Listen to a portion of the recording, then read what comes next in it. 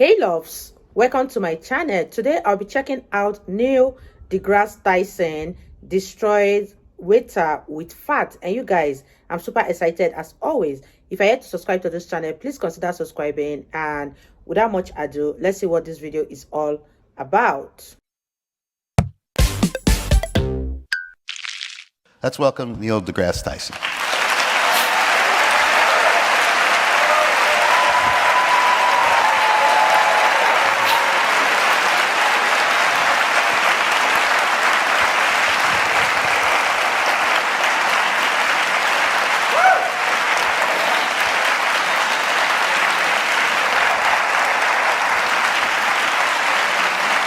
All right.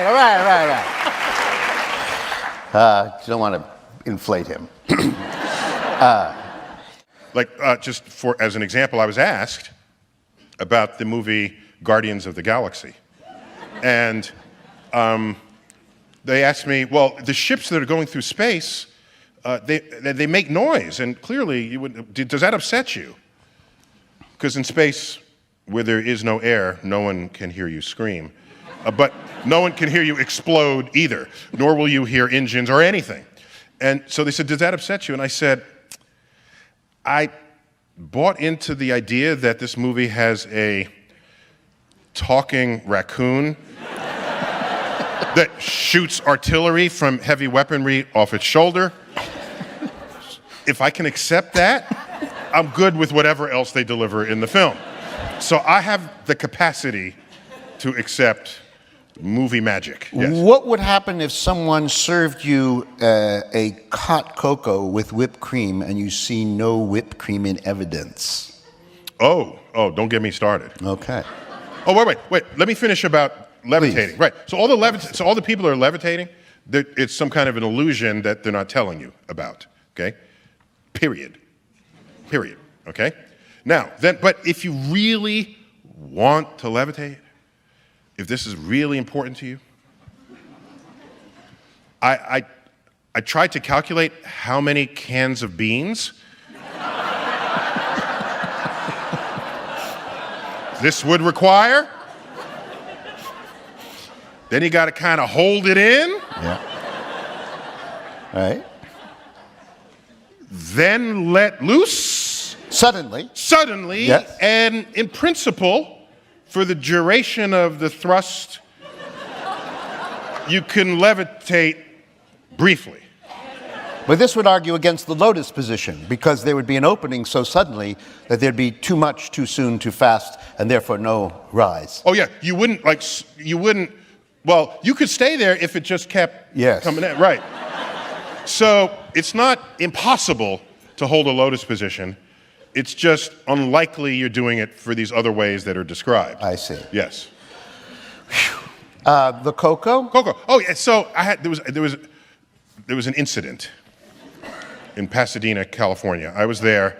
I don't drink much coffee. I don't have a relationship with caffeine.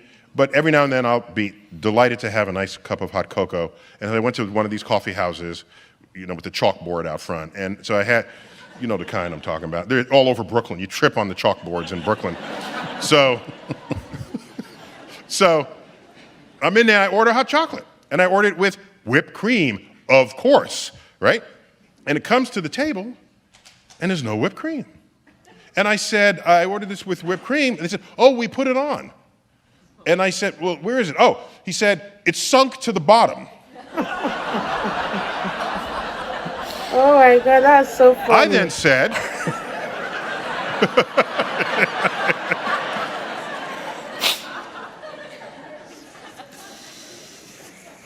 either the laws of physics that apply everywhere in the universe are suspended in your coffee shop, or you didn't put whipped cream on my hot cocoa.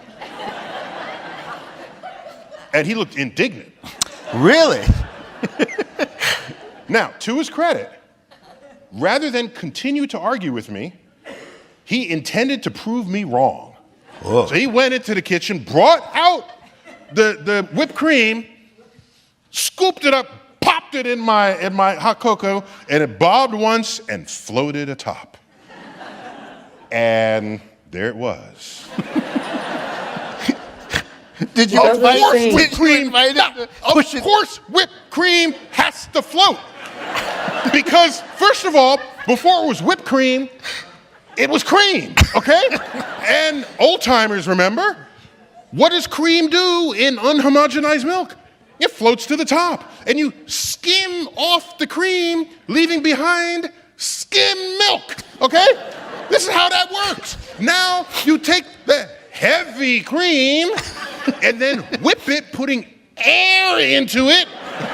It flows It is even more. not gonna sink on any known liquid devised by man, okay? So, That's so funny. All right. so here's my point. The lesson there is, Yes. I'm a fan of the edict, if an argument lasts more than 5 minutes, then both sides are wrong. I think that applies maybe 85% of the time, but it's a good rule, it's a good tenet Yes. to carry with you. Now watch. This is how science works. One researcher comes up with a result, and that is not the truth. No. A scientific emergent truth is not the result of any one experiment. What has to happen is somebody else has to verify it, preferably a competitor, preferably someone who doesn't want you to be correct, such as my waiter. He went out to prove me wrong and got the same result that I had declared. We can call that the beginnings of an emergent truth about whipped cream. Now we need someone to do it in Asia and in Europe, and then you get a trend, and you can then declare that a consensus of observation and experiments has emerged in the scientific community. Whipped cream floats on hot chocolate. And that waiter today is getting a PhD in buoyancy.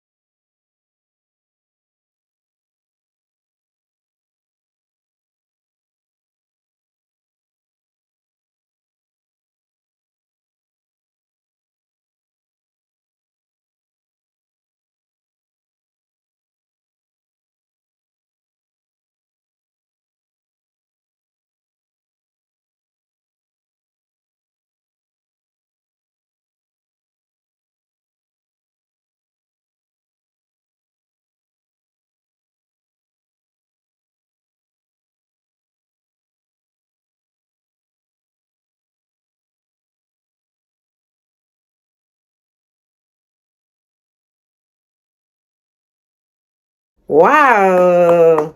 Oh my gosh, you guys. Neil deGrasse is one heck of a funny man, and it didn't take long to crack me up with his joke, and he is very hilarious. I really enjoyed listening to him, though this is the first time I'm ever listening to this man, and I know that I'm going to check more of his videos out. I love the way he makes everyone laugh, and this is so good. I had fun reacting to this video. If you guys totally enjoyed watching, give it a massive thumbs up, comment, share, and all that good stuff. And this is me officially signing out. I'll see you guys in the next one. Bye guys.